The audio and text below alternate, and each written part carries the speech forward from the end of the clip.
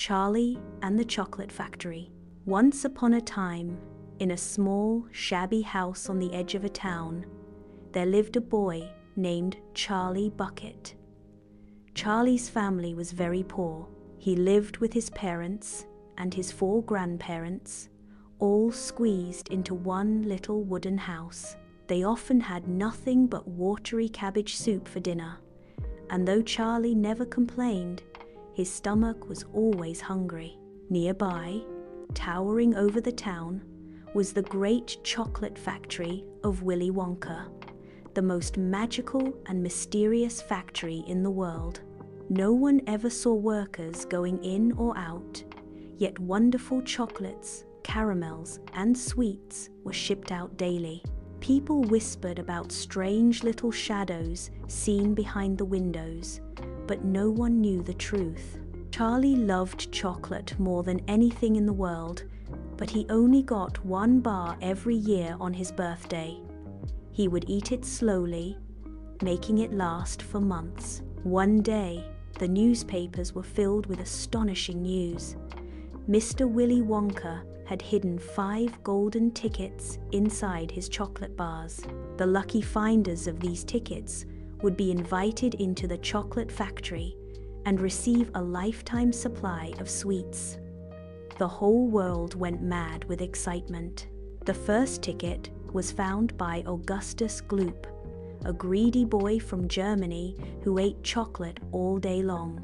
The second was found by Veruca Salt, a spoiled rich girl whose parents bought her anything she demanded. The third went to Violet Beauregarde, a gum-chewing champion who never stopped smacking her gum. The fourth was discovered by Mike TV, a boy obsessed with television and gadgets. Charlie still dreamed of finding the 5th ticket, though his chances seemed impossible. One bitterly cold day, while walking home, he spotted some money lying in the snow. With trembling hands, he bought 2 Wonka chocolate bars, one for his starving family and one for himself. To his shock and delight, when he unwrapped his bar, there it was, the 5th golden ticket shining inside. The next day, Charlie and his grandpa Joe joined the other winners at the gates of the chocolate factory.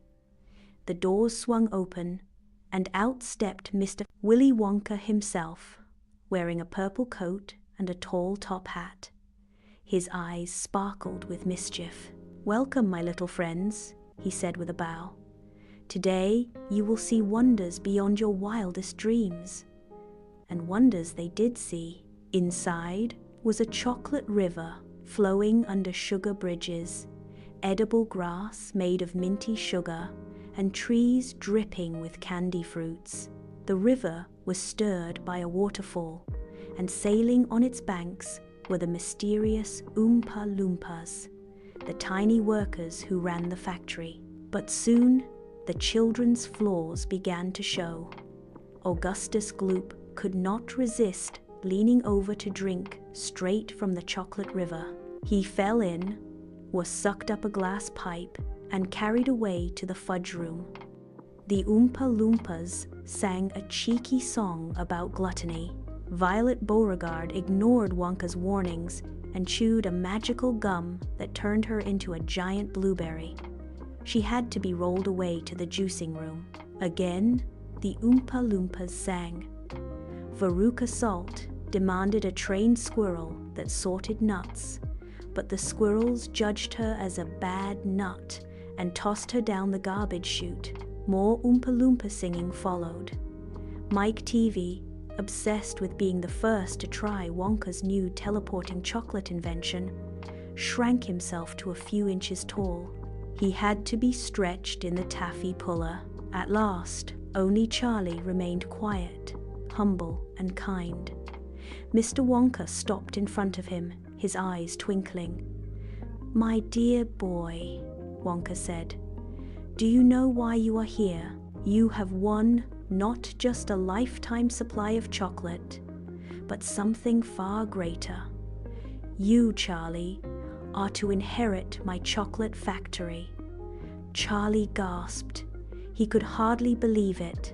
His family, who had been so poor, would never go hungry again. Together with Grandpa Joe, he climbed into the great glass elevator, which shot up through the factory roof and sailed over the city. Below them, the world sparkled with promise. From that day on, Charlie Bucket, the boy who once had nothing, became the luckiest boy alive. And the chocolate factory, with all its magical wonders, had found a new worthy master.